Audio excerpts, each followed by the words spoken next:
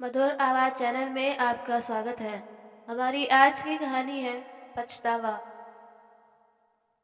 सर्दियों की सुबह थी। सूरज की पहली किरणें हल्की धूप को चीरते हुए आंगन में पहुंच रही थी। रसोई घर से बर्तनों की आवाजें आ रही थी, जहां घर की बहू सिया नाश्ता बना रही थी, जबकि सुमित्रा देवी आराम से सोफे पर बैठी चाय की चुस्कियां ले रही थी। अरे बहू, पराठे बनाए हैं या भी नहीं? सुमित्रा देवी ने आवाज लगाई। जी माँ जी, बना रही हूँ, सिया ने जल्दी से रसोई से झांकते हुए कहा। जरा जल्दी जल्दी हाथ चलाओ, कहीं विवेक को ऑफिस जाने में देर न हो जाए। और हाँ, देख लेना सब्जी में मसाले कम ना हो। तुम्हारे हाथ का खाना बिल्कुल फीका होता है। मुझे ऐसा खाना बिल्कुल पसंद नहीं।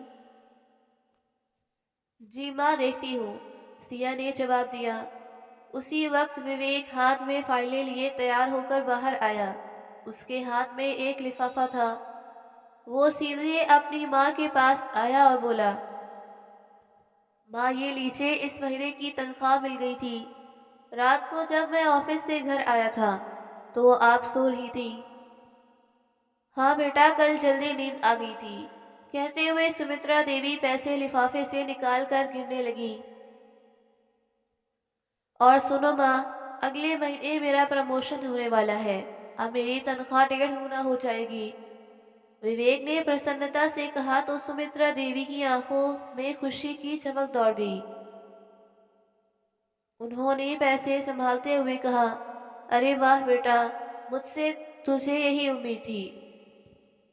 अगर आज तेरे पापा हमारे साथ होते तो कितना गर्व महसूस करते।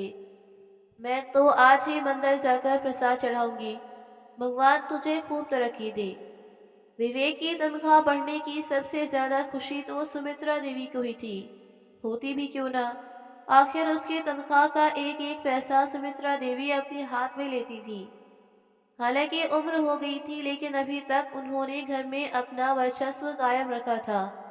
घर में होने वाले एक एक खर्च का हिसाब किताब वह रखती थी, लेकिन घर के किसी काम में बहू के साथ हाथ नहीं बांटती थी। आज भी हमेशा की तरह सिया ही रसोई घर के काम में जुटी थी। विवेक ने डाइनिंग टेबल पर बैठते हुए आवाज दी, सिया नाश्ता तैयार है तो दे दो, देर हो रही है। जी अभी लाई। सिया ने रसोई से आवाज दी और जल्दी से नाश्ते की थाली परोस कर ले आई। साथ ही अपनी सासू माँ के लिए नाश्ता भी ले आई। खाना खाने के बाद विवेक ऑफिस जाने के लिए घर से बाहर निकला तो सिया भी कुछ देर के लिए अपने कमरे में चली गई। तभी घर का फोन बज उठा। हेलो, सुमित्रा देवी ने रिसीवर उठाया। माँ, मैं मनीषा बोल रही हूँ, दूसरी तरफ से आवाज आई। सुमित्रा देवी का चेहरा गंभीर हो गया। क्या हुआ मनीषा? तेरी आवाज में कुछ उदासी क्यों है? मुझे कुछ ठीक नहीं लग रहा। माँ, आज तो हद हो गई। ये आदमी तो मुझसे ऐसे बात करता है जैसे मैं उसकी कोई गुलाम हूँ। अब और सहा नहीं जाता माँ, मैं मायके आ रही हूँ। मनीषा की आवाज गुस्से से कांप रही थी। सुनकर सुमित्रा देवी भी ऊंची आवाज में बोली, क्या उसकी इतनी हिम्मत? लेकिन तू चिंता मत कर बेटी, यहाँ आ जा, यहाँ तू आराम से रहना। लेकिन माँ, भैया और भाभी, वो लोग तो हमेशा मुझे ही उपदेश देने लगते हैं। मनीषा ने अपने शब्दों में जहर घोलते हुए कहा। तो सुमित्रा देवी तुरंत बोली, अरे उन लोगों की चिंता तू मत कर, तेरे भाई को तो मैं अपने तरीके से समझा लूंगी। और रही तेरी भाभी की बात, तो यह घर वो दहेज में नहीं लेकर आई थी। ये तेरा घर है। मेरे जीते जी इस घर के दरवाजे तेरे लिए हमेशा खुले हैं। तू अपना सामान पैक कर और बेफिक्र होकर यहाँ आ जा। और किसी को परेशानी होगी तो उसे मैं देख लूंगी। हाँ माँ, मैं अब एक दिन भी इस घर में नहीं रह सकती। दम घुटता है मेरा यहाँ पर। मैं आज ही आपके पास आ जाऊंगी। मनीषा को अपने मायके आना हमेशा राहत भरा लगता था। यहाँ उसे न कोई जिम्मेदारियां निभानी होती थी, न किसी की बातें सुननी पड़ती थी। यह उसकी माँ सुमित्रा देवी का ही सिखाया हुआ था। दरअसल अपनी बेटी मनीषा की शादी के समय ही सुमित्रा देवी ने उसे कहा था, कि बेटी अब तुम्हारे जीवन का दूसरा पक्ष शुरू होने जा रहा है। अब तुम्हें बड़ी होशियारी से काम लेना होगा। क्या मतलब माँ? मनीषा ने जिज्ञासावश पूछा। मतलब साफ है, सास ससुर से दबकर मत रहना। ज्यादा टोका टोकी करे तो बेशक दो टूक जवाब दे देना। पति को काबू में रखना और किसी को ज्यादा भाव मत देना। अपने ससुराल वालों को कभी सिर पर नहीं चढ़ाना, वरना वे तुम्हारे ऊपर हावी हो जाएंगे। और सबसे जरूरी बात, कोशिश करना कि सास ससुर से अलग रहो, तभी तुम्हें अपनी आज़ादी मिलेगी। इसके लिए अगर तुम्हें झड़ना भी पड़े तो हिचकिचाना मत। सुमित्रा देवी की इन बातों को गांठ बांधकर मनीषा ने अपने ससुराल पर कदम रखा। उसके सास ससुर बिल्कुल सीधे साधे और सरल स्वभाव के थे। मनीषा को अपनी बेटी ही मानते थे। उसका पति संजय ने भी पूरी कोशिश की कि मनीषा को कोई तकलीफ ना हो। ससुराल का माहौल बेहद खुशनुमा था, लेकिन वहाँ के शांत माहौल से मनीषा खुश नहीं थी। शादी के कुछ ही दिनों बाद उसने अपनी माँ के हुक्म की पालना करनी शुरू कर दी। उसके बाद से घर में शांति का नाम और निशान न रहा। अब उसकी शादी को पूरा 1 साल होने को था और इस 1 साल में मनीषा तीसरी बार अपने ससुराल से लड़के मायके आ रही थी। मनीषा ने अपने बैग के साथ जैसे ही घर के दरवाजे पर कदम रखा, उसकी आंखों में गुस्सा और उदासी साफ झलक रही थी। आ गई तू बेटी? ला ये बैग मुझे दे। तू अंदर आ जा। अब अपने सिर पर किसी चीज का बोझ लेने की तुझे कोई जरूरत नहीं है। सुमित्रा देवी ने उसके हाथों से सामान लेते हुए कहा। मनीषा अंदर आई तो सुमित्रा जी उसे अपने कमरे में ले आई। माँ, मेरा पति तो चाहता है कि मैं दिन भर घर में नौकरानी बनी रहूं। सारा काम सास ससुर की सेवा और खुद का आराम कुछ नहीं। मुझसे यह सब नहीं होता। सुमित्रा देवी भी उसकी हाँ में हाँ मिलाते हुए बोली। बिल्कुल सही कह रही है तू बेटी।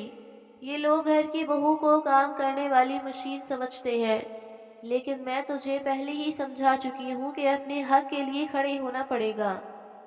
तूने सही किया जो वहां से आ गई। तू किसी की गुलाम नहीं है। तू वो मुझे समझ नहीं सकते तो उनके साथ रहने का क्या फायदा। इसी बीच सिया पानी लेकर कमरे में आई तो सुमित्रा देवी ने सिया की ओर देखा और बोली। बहू, जब तक मनीषा आराम कर रही है तब तक उसकी पसंद का खाना बना दो। आज ससुराल के तनाव से दूर वो आराम से खाना खा पाएगी। सिया ने सिर हिलाया और रसोई में चली गई। दोपहर का खाना खाने के बाद मनीषा और सुमित्रा देवी घंटों अपने कमरे में बैठकर बातें करती रही। मनीषा ने अपनी शिकायतें गिनाई और सुमित्रा देवी हर बार उसकी हाँ में हाँ मिलाती रही। इस दौरान सिया ने भी थोड़ा आराम करने के लिए अपने कमरे का रुख किया। शाम के समय सिया ने कमरे से बाहर आकर पूछा। माँ जी, आज रात राजमा चावल बना दूं? मनीषा दीदी को बहुत पसंद है ना? तो सुमित्रा देवी ने तुरंत टोकते हुए कहा। अरे रहने दो तुम बहू। दोपहर को भी तुमने इतना फीका और बेस्वाद खाना बनाया था कि मनीषा को बिल्कुल पसंद नहीं आया। अब ऐसा करो, विवेक को फोन कर दो। उससे कहो कि बाहर से कुछ अच्छा खाने को ले आए। कुछ अच्छा खाएगा तो उसका भी मूड ठीक हो जाएगा। सिया ने यह सुना और उसके चेहरे की मुस्कान फीकी पड़ गई। उसने धीरे से कहा। जी माँ जी, मैं फोन कर देती हूँ। सिया कमरे से बाहर चली गई तो मनीषा बोली। माँ, आपने हमेशा मेरा साथ दिया है, बस आप इसी तरह मेरे लिए खड़ी रहना। अरे बेटी, मेरे रहते हुए तुझे किसी तरह की कोई परेशानी नहीं होगी। तू यहाँ आराम से रह। कहते हुए सुमित्रा देवी अपनी बेटी का सिर सहलाने लगी। इधर सिया ने अपने पति विवेक को फोन लगाया तो सिया ने फोन मिलाया। दूसरी रिंग पर ही विवेक ने फोन उठा लिया और उसकी आवाज सुनते ही मुस्कुरा उठा। हाँ मेरी जान, बताओ फोन कैसे किया? सब ठीक तो है ना? या बस मेरी आवाज सुनने का मन कर गया? विवेक ने थोड़ा रोमांटिक होते हुए कहा तो सिया हल्की सी मुस्कुरा दी और फिर बोली। हाँ सब ठीक है, बस आपसे एक बात कहनी थी। अच्छा तो बताओ, आज क्या हुक्म है मैडम? विवेक ने प्यार भरे लहजे से पूछा। तो सिया बोली, वो आज मनीषा आई है ना, तो माँ जी कह रही थी कि रात का खाना बाहर से मंगवा लो, किसी अच्छे रेस्टोरेंट से कुछ ले आइएगा। यह सुनते ही विवेक थोड़ा चौंका। मनीषा फिर? पिछले हफ्ते ही तो वह 4-5 दिन रहकर गई थी, अब क्या हुआ? तो सिया ने बात को संभालते हुए कहा, पता नहीं, माँ जी कह रही थी कि दीदी परेशान है, शायद ससुराल में कुछ बात हो गई होगी। विवेक ने एक लंबी सांस ली और फिर गुस्से भरे लहजे में बोला, अरे यार, आखिर ये मनीषा को दिक्कत क्या है ससुराल में रहने से? मैंने कितनी बार कहा था माँ से कि उसे वहाँ अपना घर बसाने दो। हर छोटी बात पर उसे मायके बुला लेना कोई हल नहीं है। लेकिन माँ भी, उन्हें तो हर बात यही लगता है कि बेटी को यहाँ रहकर आराम मिलेगा। सिया ने कहा, आपकी चिंता जायज है, लेकिन वह माँ भी है, अपनी बेटी को दुखी होते नहीं देख पाती। तो विवेक ने गहरी सांस लेते हुए कहा, ठीक है सिया, मुझे अभी ऑफिस में बहुत काम निपटाना है, आते हुए रेस्टोरेंट से खाना ले आऊंगा, रात को मिलता हूँ। रात के करीब 9 बजे विवेक घर लौटा। उसके हाथ में रेस्टोरेंट से मंगवाए खाने के पैकेट थे। सिया ने उसके हाथ से खाने के पैकेट लिए और रसोई की तरफ चली गई।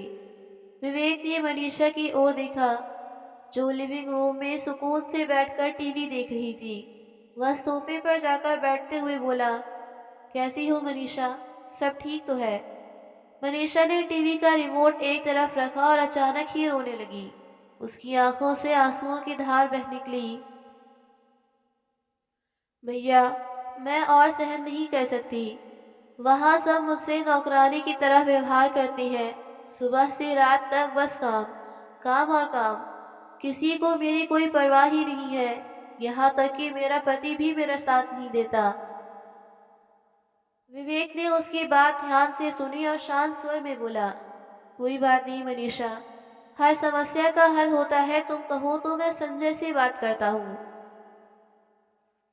विवेक ही इतने कहने की देरी थी कि सुमित्रा देवी वहां आ गई।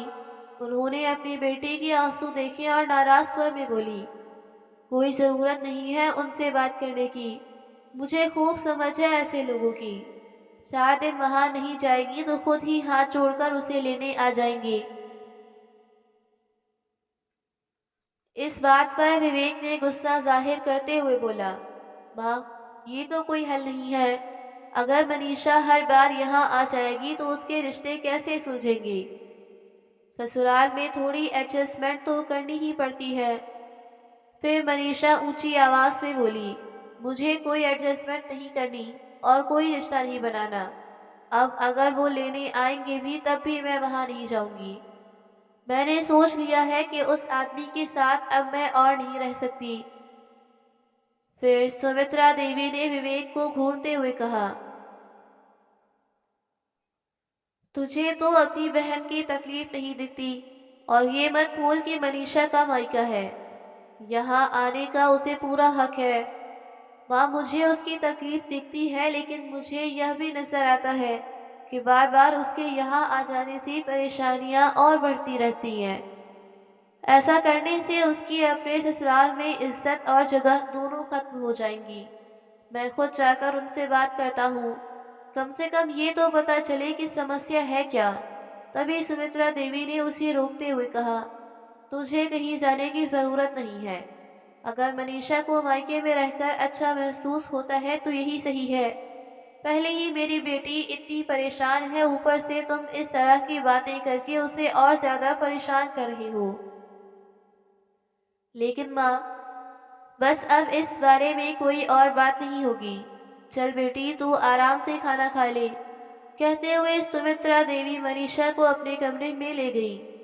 अगले दिन सुबह सिया ने उठते ही कपड़े धोने की मशीन लगाई।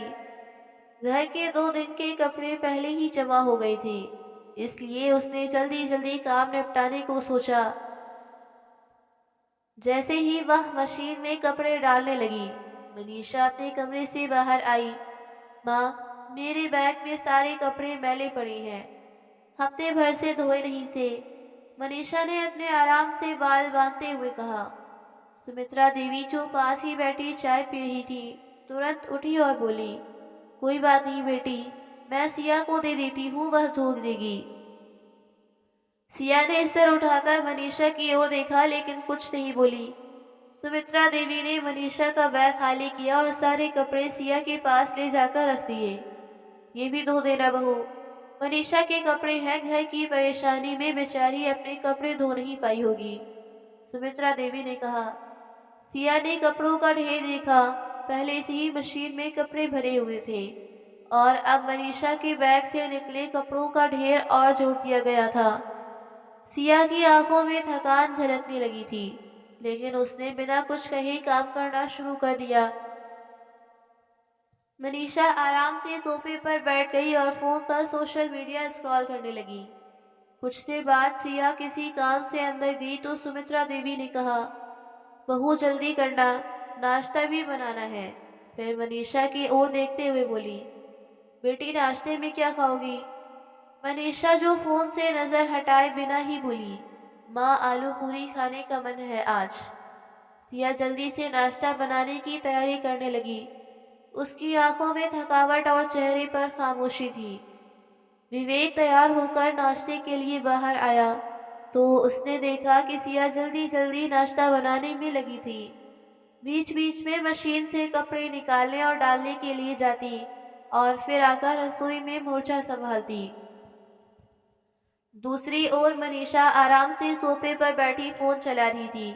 कभी कभी वह हंसते हुए अपनी माँ से कुछ कहती और फिर फोन में व्यस्त हो जाती। सुमित्रा देवी भी नाश्ते की तैयारी के लिए सिया को निर्देश देते हुए मनीषा से अपने पुराने किस्से साझा कर रही थी। विवेक ने यह सब देखा और अंदर से हल्का खिन्न महसूस करने लगा। विवेक का मन किया कि वह अपनी माँ और बहन से कहे कि वे भी घर के काम में थोड़ा हाथ बटाएं, लेकिन फिर उसने खुद को रोक लिया, कहीं बात का बतंगड़ न बन जाए। वह जानता था कि अगर उसने कुछ कहा तो उसकी माँ बुरा मान जाएंगी और मनीषा भी इसे अपनी बेइज्जती समझेगी। चलो छोड़ो, उसने खुद को समझाते हुए सोचा, घर का माहौल खराब करने से अच्छा है चुप रहो। सिया समझदार है, वह संभाल लेगी। दिन यूं ही बीतने लगे। सिया सुबह से लेकर रात तक घर के छोटे बड़े काम में लगी रहती। कपड़े धोना, बर्तन साफ करना, रसोई संभालना, यही सब उसकी।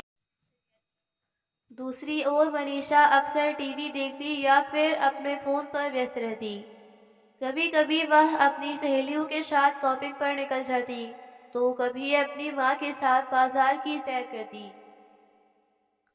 आज भी कुछ ऐसा ही हुआ। अरे मनीषा बेटी, कहीं नजर नहीं आ रही हो? मनीषा को तैयार देखते हुए सुमित्रा देवी जी ने पूछा तो मनीषा बोली, हाँ माँ, मेरी सहेली नीतू का फोन आया था। आज मैं उसके साथ मॉल में शॉपिंग करने जा रही हूँ। बहुत दिनों से कुछ खरीदा नहीं तो सोचा आज अपने लिए कुछ अच्छी सी ड्रेसेस खरीद लूँ। हाँ बेटी, यह तो तूने ठीक कहा। बाहर निकलेगी तो तेरा दिल भी बहल जाएगा। हाँ माँ, अच्छा मुझे 20,000 रुपये दे दो। अगर पैसे बचेंगे तो मैं लौटा दूंगी। मनीषा ने कहा तो सुमित्रा देवी ने तुरंत अपना पर्स अलमारी से निकाला और 20,000 उसके हाथ में थमा दिए। बेटी, कुछ अच्छा सा देखना अपने लिए। अगर और पैसे चाहिए हो तो बता देना, उन्होंने मुस्कुराते हुए कहा। सिया रसोई में खड़ी यह सब देख रही थी। जब सुमित्रा देवी ने बिना एक भी सवाल किए 20,000 रुपये मनीषा को थमा दिए तो सिया की हैरानी का ठिकाना न रहा। रोटियां बेलते हुए वह सोचने लगी, ये वही सासू माँ है जो मुझसे कल सिर्फ 1,000 रुपये के लिए इतनी पूछताछ कर रही थी।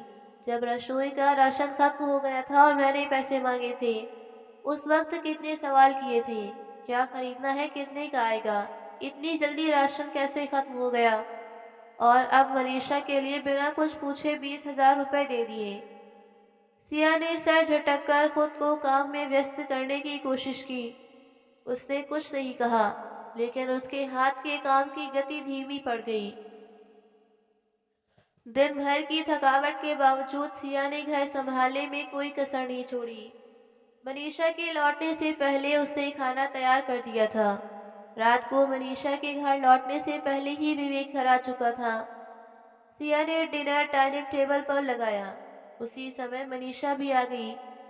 तू आ गई बेटी, बहुत देर कर दी, आ खाना खा ले। सुमित्रा देवी ने कहा। अरे नहीं माँ, नीतू के साथ मैंने बाहर ही खाना खा लिया था। वही मॉल में चाइनीज रेस्टोरेंट था। आज तो मजा ही आ गया। कहते हुए मनीषा शॉपिंग बैग्स रखकर अपनी माँ को ड्रेस दिखाने लगी। माँ देखो मैं कितनी खूबसूरत ड्रेस लेकर आई हूँ। यह देखो रेड वेलवेट गाउन। नीतू कह रही थी ये मुझ पर बहुत गजब लगेगी। सुमित्रा देवी ने मुस्कुराते हुए कहा, हाँ बेटा, तेरे कपड़ों की पसंद तो हमेशा से ही कमाल की है। मनीषा ने एक और बैग खोलते हुए कहा, और माँ मैंने आपके लिए भी बहुत बढ़िया सूट देखे थे। कल हम दोनों बाजार चलेंगे और आपके लिए भी कुछ अच्छे कपड़े खरीद लाएंगे। आप जो कपड़े पहनती है ना, मुझे बिल्कुल पसंद नहीं है। सुमित्रा देवी ने हंसते हुए जवाब दिया, अच्छा बेटा ठीक है, अब मुझे खाना खाने दे। इधर डाइनिंग टेबल पर बैठकर खाना खाते हुए विवेक को इस बात की चिंता सताई जा रही थी कि आखिर मनीषा और संजय के रिश्ते का क्या होगा। एक हफ्ता और बीत गया। मनीषा को मायके आए हुए लगभग 1 महीना हो चुका था, लेकिन ना तो उसने ससुराल जाने की बात की और ना ही किसी ने उसे इस बारे में टोकने की हिम्मत की। विवेक और सिया स्थिति से परेशान हो चुके थे। एक दिन सिया ने विवेक से कहा, हम ऐसे कब तक देखते रहेंगे? मनीषा और संजय की शादी को 1 साल हो गया है। उनके रिश्ते को बचाने के लिए हमें कुछ करना होगा। विवेक ने सहमति में सिर हिलाया। तुम ठीक कह रही हो। मैं सोच रहा था कि उनकी शादी की सालगिरह पर दोनों को एक बार फिर साथ लाने की कोशिश किया जाए। शायद एक अच्छे मौके पर बात बन जाए। सिया ने मुस्कुराते हुए कहा, ठीक है तो हम एक काम करते हैं, केक मंगवाते हैं और संजय को भी बुला लेते हैं। शादी की सालगिरह वाले दिन विवेक और सिया ने केक मंगवाया और फिर मनीषा और सुमित्रा देवी को आवाज दी। वे दोनों कमरे से बाहर आई तो यह सब देखकर हैरान रह गई। यह सब क्या हो रहा है? ये केस किस खुशी में है? मनीषा ने चौंकते हुए पूछा। विवेक ने मुस्कुराते हुए जवाब दिया, अरे भूल गई, आज तुम्हारी और संजय की शादी की पहली सालगिरह है। हमने सोचा कि इस मौके पर कुछ खास किया जाए। हम चाहते हैं कि मनीषा और संजय इसे साथ मनाएं। शायद इससे उनके बीच की दूरियां कम हो जाएं। फिर विवेक ने मनीषा की ओर देखते हुए कहा, मनीषा अब संजय को कॉल करो और यहाँ आने को कहो। यह सुनकर मनीषा उसे गुस्से से घूरने लगी तो विवेक, अरे कोई बात नहीं, तुम्हें फोन करने से एतराज है तो मैं उसे बुला लेता हूँ। तभी मनीषा गुस्से से तमतमा उठी और तेज आवाज में बोली, आपकी हिम्मत कैसे हुई मुझसे पूछे बिना यह सब करने की? मैंने पहले ही कहा था कि मैं उस मनहूस आदमी की शक्ल भी नहीं देखना चाहती। एक बार में समझ नहीं आता क्या आप लोगों को? सुमित्रा देवी ने तुरंत मनीषा का साथ देते हुए कहा, मेरी बेटी ने बिल्कुल सही कहा। अगर वह आदमी यहाँ आया तो मैं उसकी टांगे तोड़ दूंगी, और अगर कोई उसे यहाँ लेकर आया तो उसे भी घर से बाहर निकाल दूंगी। विवेक और सिया हक्के बक्के खड़े रह गए। दोनों के लिए यह प्रतिक्रिया अप्रत्याशित हो गई थी। मनीषा और सुमित्रा देवी गुस्से में बड़बड़ाती हुई अपने कमरे में चली गई। फिर विवेक ने गहरी सांस लेते हुए कहा, समझ नहीं आता क्या करूं। यह तो स्पष्ट है कि इन लोगों को कुछ सुलझाना ही नहीं है। इनकी जिद ही इनके रिश्ते की सबसे बड़ी दुश्मन है। ये लोग घर बसाना नहीं, तबाह करना जानते हैं। उसके अगले दिन तो मनीषा ने ठान लिया था कि अब वह तलाक लेकर इस रिश्ते से छुटकारा पाना चाहती है। मनीषा ने जब पूरी तलाक की बात घर में उठाई तो पूरे घर का माहौल भारी हो गया। विवेक ने एक बार फिर स्थिति संभालने की कोशिश की। उसने सोचा कि शायद उसकी माँ से बात करने पर कुछ हल निकले। रात को जब सभी अपने अपने कमरों में चले गए तो विवेक ने अपनी माँ को कमरे से बाहर बुलाया। क्या बात करनी है? सुमित्रा देवी ने कहा तो विवेक बोला, माँ, मैं यह जानता हूँ कि आखिर ऐसा क्या हुआ है कि मनीषा तलाक लेने की जिद पर अड़ी है। ऐसी कौन सी आफत आ गई जो नौबत यहाँ तक पहुँच गई? तो सुमित्रा देवी ने ठंडी सांस भरते हुए कहा, बेटा, मुझे तो बस इतना मालूम है कि मेरी बच्ची परेशान है। अगर मैं तलाक ही उसका खुश है तो यही सही, लेकिन मैं उसे बर्बाद होते नहीं देख सकती। लेकिन माँ, उसे बर्बाद और कोई नहीं, सिर्फ आप कर रही हैं। पति पत्नी के झगड़े को सुलझाने के बजाय आप उसे और बढ़ा रही हैं। विवेक की यह बात सुनकर सुमित्रा देवी गुस्से से भड़क गई। देखो बेटा, मुझे पता है कि तुम्हें अपनी बहन का इस घर में रहना खल रहा है, और यह दिखावे की हमदर्दी तुम किसके कहने पर कर रही हो, यह भी मैं बखूबी जानती हूँ। विवेक ने गुस्से पर काबू रखते हुए कहा, माँ, आप बेवजह उसिया पर शक क्यों करती हैं? उस जैसी समझदार लड़की मैंने आज तक नहीं देखी। वह हमेशा मनीषा और इस घर के भले के लिए ही सोचती रहती है। सुमित्रा देवी ने तीखे स्वर में कहा, अरे रहने दो बेटा, मुझे सब पता है। मुझे मालूम है यहाँ कौन किसके भले की सोचता है। विवेक ने गहरी सांस लेते हुए कहा, लेकिन माँ, क्या आपने कभी संजय से बात करने की कोशिश की? आखिर झगड़े की जड़ क्या है, यह जानने की कोशिश की है? भाड़ में जाए वह संजय। सुमित्रा देवी गुस्से में बोली, मुझे उस 2 टके के आदमी से कोई बात नहीं करनी। उसने मेरी बच्ची का जीना हराम कर दिया। मेरी बेटी क्या कुछ सह रही है, तुझे दिखाई नहीं देता? और आपने यह कैसे मान लिया कि सारी गलती संजय की ही है? विवेक ने तल्ख स्वर में पूछा, रिश्ते हमेशा दोनों तरफ से बनते हैं और बिगड़ते हैं। आपने एक बार भी संजय का पक्ष नहीं सुना। क्या पता सच्चाई कुछ और हो। सुमित्रा देवी ने ठंडे स्वर में कहा, मुझे कुछ नहीं सुनना।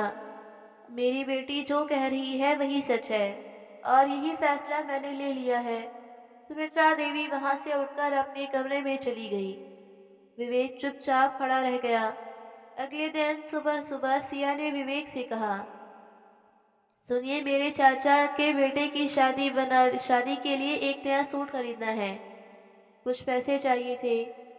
विवेक ने तुरंत कहा, ठीक है, मैं अभी माँ से पैसे लेकर आता हूँ। नाश्ता करने के बाद वह अपनी माँ के पास गया। माँ, मुझे कुछ पैसे चाहिए थे। सिया के मायके में शादी है, उसे एक सूट खरीदना है। सुमित्रा देवी ने अनमने से कहा, इस महीने ज्यादा खर्च हो गया है बेटा, अभी पैसे नहीं हैं। विवेक हैरान रह गया। माँ, हफ्ता भर पहले ही मैंने आपको अपनी पूरी तनख्वाह दे दी थी। आखिर सारे पैसे कहाँ गए? सुमित्रा देवी ने बात को टालने की कोशिश की। अरे बेटा, घर का खर्चा, मनीषा के लिए कुछ सामान और बाकी खर्चे, अब क्या एक एक हिसाब देने लगूं? माँ, मुझे साफ साफ बताइए, पैसे कहाँ खर्च हुए? सुमित्रा देवी नजरें चुराते हुए बोली, कुछ नहीं, मनीषा को थोड़े बहुत पैसे दिए थे।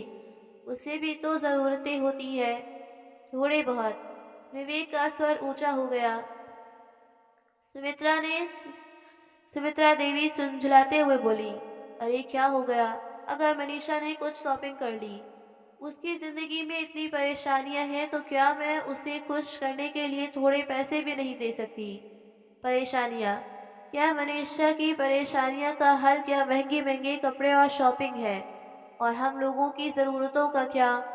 मनीषा को लाखों खर्च करने की इजाज़त है, लेकिन मेरा और मेरी पत्नी का क्या? सिया दिन भर इस घर के कामों में लगी रहती है। मैं सारा दिन बाहर मेहनत करता हूँ, और अगर आप मेरी सारी तनख्वाह लेती हैं, तो क्या यह आपकी जिम्मेदारी नहीं कि घर के हर सदस्य की ज़रूरतों का ध्यान दिया जाए? तू ज्यादा मत बोल, सुमित्रा देवी ने झल्ला कर कहा। मनीषा को अपने पति से कोई मदद नहीं मिलती। अगर मैंने उसे कुछ पैसे दे दिए तो क्या गलत हो गया? विवेक ने निराश होकर सिर हिलाया। माँ, गलत क्या है? आप उसे सही और गलत का फर्क सिखाने की बजाय उसकी जिद को बढ़ावा दे रही हैं। विवेक गुस्से से तमतमाता हुआ घर से बाहर निकल गया। दरवाजा बंद होते ही सुमित्रा देवी ने सिया की ओर देखा और तंजे भरे स्वर में बोली, यह सारी आग इसी की लगाई हुई है। जब पता था कि इस महीने का ज्यादा खर्च हो गया है तो क्या जरूरत थी नया सूट मांगने की। पुराने कपड़ों से भी तो काम चल सकता था या नहीं। तभी मनीषा जो पास ही बैठी थी झट से बोल पड़ी, हाँ माँ, बिल्कुल सही कह रही हैं आप। मेरे कपड़े देकर इसे रहा नहीं गया और यह रीस पर उतर आई। सिया स्तब्ध रह गई। उसकी आंखों में आंसू झलक आई, लेकिन उसने कुछ नहीं कहा। वह चुपचाप अपने कमरे में चली गई। मनीषा ने तलाक का केस फाइल कर दिया। उसके और संजय के रिश्ते की कड़वाहट दिन ब दिन बढ़ रही थी। सुमित्रा देवी मनीषा के फैसले के साथ थी, लेकिन विवेक और सिया ने इस रिश्ते को बचाने की एक आखिरी कोशिश करने का निर्णय लिया। एक शाम विवेक ने सिया से कहा, सिया, मैं संजय से मिलने जाऊंगा। शायद मुझसे बात करके वह मनीषा को समझने की कोशिश करे। तुम मनीषा से बात करो, हो सकता है वह भी कुछ नरमी दिखाए। सिया ने भी सहमति में सिर हिला दिया। अगले दिन सुमित्रा देवी बाजार गई थी और मनीषा अकेली थी घर पर। सिया ने यह मौका सही समझा और उसके पास जाकर बैठ गई। मनीषा, क्या मैं तुमसे एक बात कर सकती हूँ? मनीषा ने टीवी बंद करते हुए कहा, हाँ भाभी, बोलो। फिर सिया ने कहा, देखो मनीषा, मैं तुमसे बड़ी हूँ, इसलिए एक बात तुम्हें कहना चाहती थी कि तलाक का रास्ता छोड़कर एक बार फिर से अपना घर बसाने की कोशिश करो। औरत की इज्जत उसके पति के साथ होती है। उसी समय मनीषा भड़क पड़ी, ऐसी इज्जत का क्या मैं अचार डालूंगी? जो इंसान घर में काम वाली बाई तक नहीं लगा सकता, अपनी पत्नी की ख्वाहिशें भी पूरी नहीं कर सकता। नहीं रहना मुझे ऐसे दो कौड़ी के इंसान के साथ। नहीं मनीषा, तुम्हें ऐसा नहीं करना चाहिए। बस भाभी, मैं यहाँ अपने घर में हूँ और बड़े सुकून से हूँ। मेरी खुशी इसी में है, लेकिन मुझे लगता है कि मेरा यह सुकून और खुशी तुम्हें खटक रही है। उसी समय सुमित्रा देवी भी पहुंच गई। दरवाजे के बाहर से ही उन्होंने सारी बातें सुन ली थी। अंदर आते ही भड़क पड़ी। सुमित्रा देवी तंज भरे स्वर में बोली, अच्छा, अब तू उसे समझाएगी? तू कौन होती है उसकी जिंदगी में दखल देने वाली? तो सिया ने कहा, नहीं माँ, ऐसी बात नहीं है। मैं तो बस इन दोनों की सुलह करवाना चाहती थी। फिर सुमित्रा देवी बोली, सुलह करवाना चाहती थी या उससे छुटकारा पाना चाहती थी? बड़ी आई सुलह कराने वाली। तो मनीषा मुंह बनाते हुए बोली, अच्छे भले मूड का सत्यानाश कर दिया। मनीषा ने फिर से टीवी का रिमोट उठाया और टीवी ऑन कर दिया। इस बात को भी अभी 5 मिनट ही बीते थे कि विवेक घर के अंदर आ गया। वह बहुत गुस्से में दिखाई दे रहा था। जैसे ही वहां पर सोफे पर बैठा और कुछ बोलने लगा, तभी मनीषा ने कहा, माँ, अगर भैया भी मुझे उपदेश देने के लिए यहाँ बैठे हैं तो इनसे कह दो मुझे कुछ सुनने के मूड में नहीं हूँ। मनीषा की बात सुनकर विवेक का गुस्सा 7वें आसमान पर पहुंच गया और ऊंची आवाज में बोला, मुझे जो कहना है वह मैं कहकर रहूंगा और तुम्हें सुनना पड़ेगा। तो सुमित्रा देवी बोली, यह तुम किस तरीके से बात कर रहे हो अपनी बहन के साथ? फिर विवेक ने कहा, माँ, मैं आज संजय से मिलकर आया हूँ। यह तो उसे इंसान की शराफत है जो इस लड़की की ऐसी हरकतों के बावजूद उल्टा इससे माफी मांगने को तैयार है। तो मनीषा बोली, नहीं चाहिए मुझे किसी की माफी। फिर विवेक ने कहा, तुम्हारा यही व्यवहार तुम्हें ले डूबेगा। यह तो उसकी बात करके मुझे पता चला कि तुमने उस घर के लोगों को कितना परेशान किया है। माँ, तुम जानती नहीं हो अपने सास ससुर को कैसे कैसे बातें सुनाती है, या किसी के लिए खाना नहीं पकाती, यहाँ तक कि अपने पति के लिए भी नहीं। और ऊपर से हर रोज होटल का खाना खाने की डिमांड करती है। अगर कोई समझाने की कोशिश करता है तो झगड़ा खड़ा कर देती है। अब तो इसने संजय के सामने एक नई ख्वाहिश रखती थी कि इसे अपने सास ससुर से अलग होना है। यह सुनकर सिया भी हैरान रह गई और मनीषा के कंधे पर हाथ रखते हुए कहा, तुमने अलग होने की बात उनसे क्यों कही? तभी मनीषा उसका हाथ कंधे से झटकते हुए बोली, तुम तो चुप ही रहो, मुझे तुम्हारी किसी सलाह की ज़रूरत नहीं है। मनीषा, ये क्या बेहुदा हरकत है? विवेक ने कहा तो मनीषा बेशर्मी से भरे लहजे में बोली, मैंने जो एक बार कह दिया सो कह दिया। अब मेरा फैसला बदलने वाला नहीं, चाहे जो हो जाए। नहीं मनीषा, अपने ससुराल तो तुम्हें जाना ही पड़ेगा और यह मेरा आखिरी फैसला है। अगर तुम नहीं जाओगी तो मैं तुम्हें छोड़कर आऊंगा। अच्छा, मुझे बाहर निकालना तो दूर, हाथ भी लगाकर दिखाइए अगर हिम्मत है तो विवेक ने कहा, देख लीजिए माँ, यह सब आपकी ही तरफदारी का नतीजा है। मेरे साथ चलो मनीषा, मैं तुम्हें छोड़ कर आता हूँ। उसी समय सुमित्रा देवी बोली, खबरदार, तू कौन होता है मेरी बेटी को इस घर से निकालने वाला? अगर इस घर से कोई जाएगा तो तू और तेरी ये चालबाज पत्नी, जिसके कहने पर तू यह सब कर रहा है, अभी के अभी निकल जाओ मेरे इस घर से। नालायक, जोरू का गुलाम। विवेक, जो अब तक सब कुछ सहन करता आया था, अब चुप करने बैठने वाला नहीं था। अगले दिन सुबह ही उसने किराए पर एक मकान ढूंढ लिया और अपनी पत्नी और बच्चों के साथ अपना सामान लेकर घर से चला गया। जाते समय विवेक और सिया सुमित्रा देवी के पैर छूने लगे तो उन्होंने पैर पीछे कर लिए। उस घर से निकलने के साथ ही विवेक और सिया को रोज रोज के कलह कलेश से मुक्ति मिल गई। अब अलग घर में रहकर आराम की जिंदगी गुजारने लगे।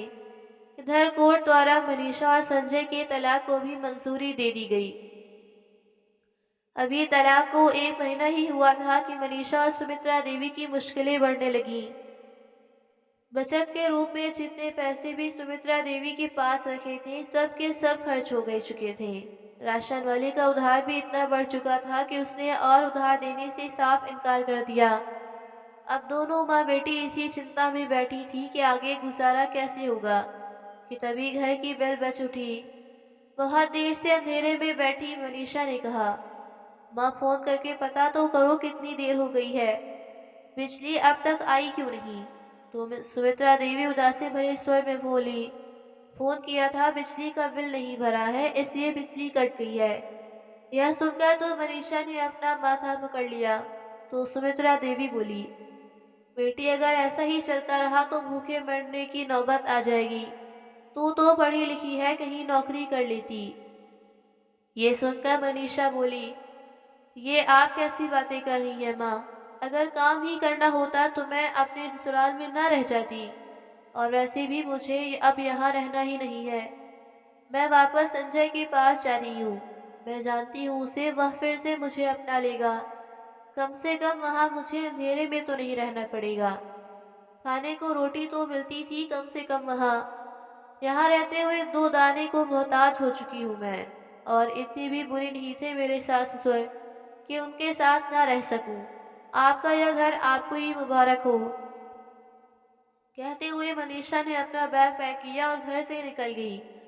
लेकिन जैसे ही तलाकशुदा पति के घर के बाहर पहुंची तो देखकर हैरान रह गई थी, क्योंकि वहां तो शमियाने लगे हुए थे। पूछने पर पता चला कि संजय की 1 दिन पहले ही शादी हो चुकी है और आज उसकी दावत चल रही है। सुनते ही मनीषा की सांस अटक गई, उसकी आंखों से आंसू आ गए। लड़खड़ाते कदमों से चलते हुए सड़क पर आ गई। वो समझ नहीं पा रही थी कि आखिर जाए तो जाए कहाँ।